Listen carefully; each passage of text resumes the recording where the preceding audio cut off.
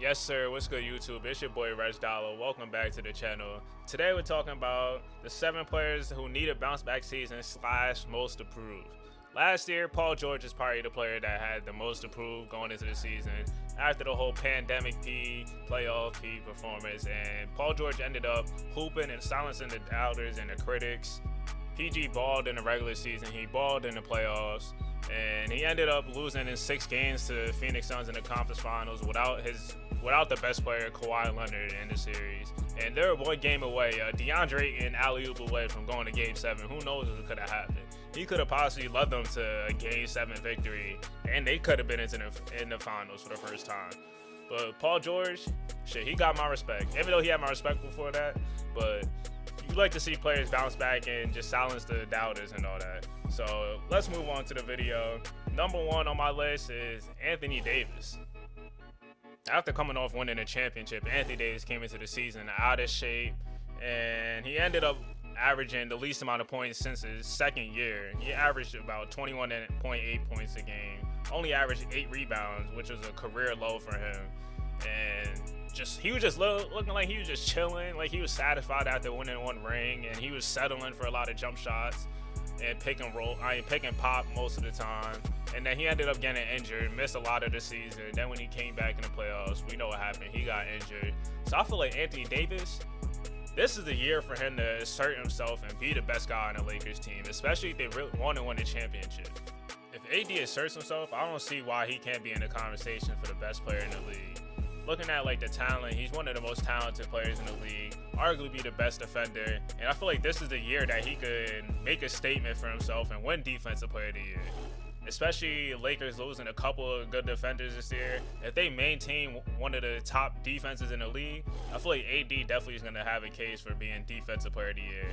And also his numbers is going to just jump up more because he's playing with LeBron, Rondo, Westbrook. That's some of the best playmakers in NBA history. So I feel like this could possibly be the best year in AD's career, and he could reassert himself in the best player in the league conversation. Because I feel like some people have Jokic ahead of him, some people have Embiid ahead of him, and probably like Harden and Luka. And before we was having a discussion between AD and Giannis, but Giannis is basically like a top 2 player in the league. Either you have KD or Giannis, and some people still have LeBron. AD's not really in that conversation right now, so this is the year for him to bounce back and prove it. Moving on to the next player in this video, we're going to talk about Kristaps Porzingis. Kristaps, he had a disappointing playoffs last year. Regular season wise, he was pretty good. Average around like 9 rebounds. I think he had the highest field goal percentage of his career. But when it came to the playoffs, for somebody that's 7'3", there was just a lot of times Kristaps was useless, or he just floated, just went unnoticed. You just forgot he was on the court. For somebody that's 7'3", that shouldn't be the case. And part of the reason I feel like it was Rick Carlisle just relegating Porzingis into a spot-up shooter, but it's also Porzingis' fault because he just can't post up for shit. He letting guards get under his skin and just like, they don't care. Porzingis ain't doing nothing. He's just gonna try and shoot over you, and just like, he just has no post-up game, and that's just not his game. But I feel like with Jason Kidd being the coach, hopefully they get Porzingis in better spots and more involved in the offense, because Mavericks is going to need him. Luka's going to need him if they want to make it out of the first round. Porzingis is the X factor for this Dallas Mavericks team. All right, moving on to the next player is Victor Oladipo of the Miami Heat. Victor, over the past couple years, just been battling an injury after having a great 2018 season and making an All-NBA team and challenging LeBron and taking him to 7 games. But since then, played 36 games the next year, then 19. Then this past year, played 33. He averaged 20 points, but the efficiency wasn't there at all. And Victor just hasn't been himself. But whenever he comes back to this Miami team, I feel like he's in a perfect situation because he's not asked to be the number 1 option on the team. You have guys like Jimmy Butler, Kyle Lowry, Bam Adebayo. Hell, maybe even Tyler Hero might be an option before Victor Oladipo when he comes back. But Victor, he just needs to be a star in this role, and I feel like that could be a bounce back season, and he could play a big part in helping the Miami Heat challenge the Bucks and the Nets in series if he could defend and just do what he does at like a minimized role, not like be a star player. He's probably not going to be that anymore. Them days is probably over. But hopefully Victor has a bounce back season, and I'm rooting for Victor. But speaking of Miami Heat and Tyler Hero is the next player on my list. For somebody that needs a bounce back year. I know he's only in his 3rd year, but he had a good bubble, and everybody had a lot of expectations on him. And even the recent stuff that he said, he got a lot of expectations himself, because apparently he views himself in the same light of the Trae Youngs and John Morants and Luka Doncic's of the world. And if you could see my face, nigga, come on, dog. He just giving me a little bit of Kyle Kuzma vibes. Like what Kyle Kuzma said, he's like this. He reviews himself in like the light of like Jason Tatum. But come on, brother, we need to look in the mirror and just keep it a buck of yourself. But I like the confidence of Tyler Hero, I guess. He's been hooping in a bubble, but hopefully he could live up to the expectations for himself and what some people put on him. He's looked really good in the preseason. I think at one point he was like leading the preseason in scoring. And hopefully, if not probably the 25 points or per game, whatever he was averaging in the preseason could translate. But if he could be a more consistent option, probably off the bench, and be a spark plug and somebody that could create their shot on the team for Miami, other than Kyle Lowry and Jimmy Butler, that's going to be huge. I think Tyler Hero is a pretty good player, but just the way he views himself and just like the little bit of hype that he was getting, he just gets a lot of hate. So we'll see if he is that guy that he says he is. But let's move on to the next player. The next player is another young player, and this is Marvin Bagley of the Sacramento Kings, former number 2 pick. And let me name you a couple of the guys that was drafted after Marvin Bagley in that 2018 class. Luka Doncic, Trae Young, Shai Alexander, Michael Porter Jr., Jaren Jackson, and damn, does he go top 10 if we do a redraft right now?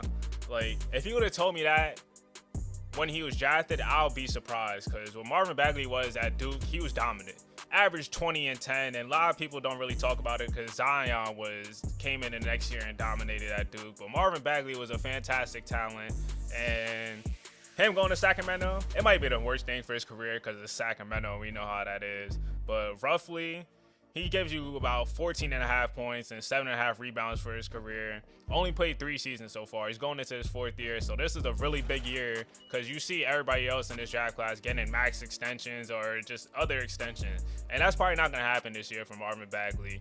But this is a prove-it year for Marvin Bagley to show who he is. Hopefully he can have a healthy season, because so far in his career, in his 3 years, he's only played 118 games. 62 the first year, 13 the next year, and 43 this past year. And don't get me started on his defense, bro. He might be one of the worst defenders in the league. One of the worst big man defenders. And the thing about Marvin Bagley that we need to figure out, is he a 4 or a 5? Because he doesn't really have the foot speed to keep up with 4s in the league, because you got to play against guys like the Tatums or like Kevin Durant of the world. And then at the 5 position, if he's the backline defender, you're cooked. Sacramento had 2nd worst defensive rating of all time, and Marvin Bagley's probably the worst defender on the team. And when he's on the court, it's all you can eat. Barbecue, chicken, whatever. So hopefully Marvin Bagley comes into the season as a much improved defender, because that's definitely the biggest weakness that he's going to need to clean up.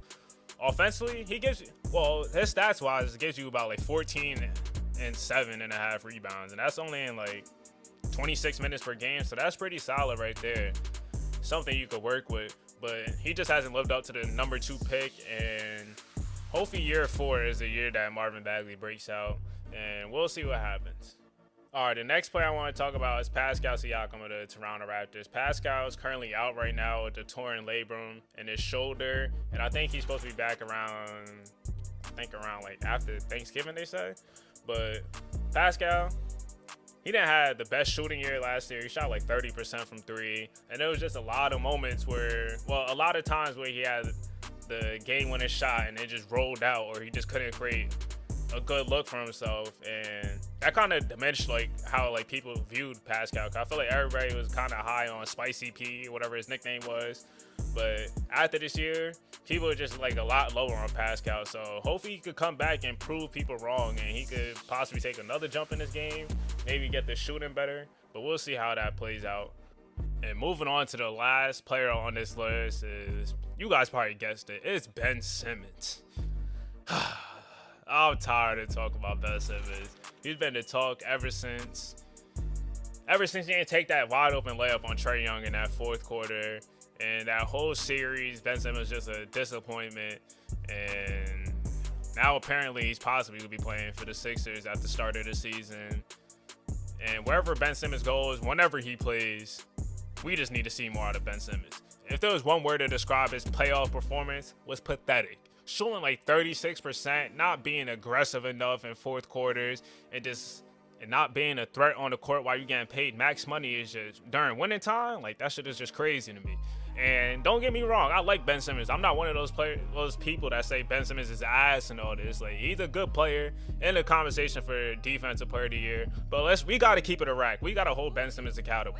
He just hasn't got better offensively since his rookie year, even being in the league. And for me, I think the experiment of Ben Simmons being a point guard, that shit is done. It's finito, bro. He's not a point guard, and he needs to be more in the role of like a Draymond role, as he's like a point forward option. And wherever he goes, whether it's Minnesota, Portland, Sacramento, Indiana, wherever he goes, he needs to be a point forward. He's not a point guard, and I feel like this playoffs just proved it. And the thing about Ben Simmons, I'm going to need him to be like a good three-point shooter. I need him to be aggressive when he's on the court and hit free throws. Be aggressive and hit free throws. Be a threat. That's really it. That's all. That's the expectations right now for Ben Simmons. The three-point shot, I don't care about that anymore. I don't think he could add a three-point shot. But whenever he plays, boy, there's going to be pressure on him. And whenever he shows up in Philly and plays a game, the Bulls is going to be crazy. I want to see how that's going to happen and how he responds to all that. That's going to be interesting. Ben Simmons has the most to prove out of anybody in the league. And that'll do it for this video. It's your boy, Reg Dollar. If you like this video, if you want more content, hit the like button. That shit is free, $99. Also, hit the subscribe button. Hit the bell. Leave a comment if there's anybody else that I missed out, because I probably did. I probably could have did more players. I just wanted to focus on these guys. And be on the lookout for more content. It's your boy, Reg Dollar. Be great, don't hate. And I'm out of here.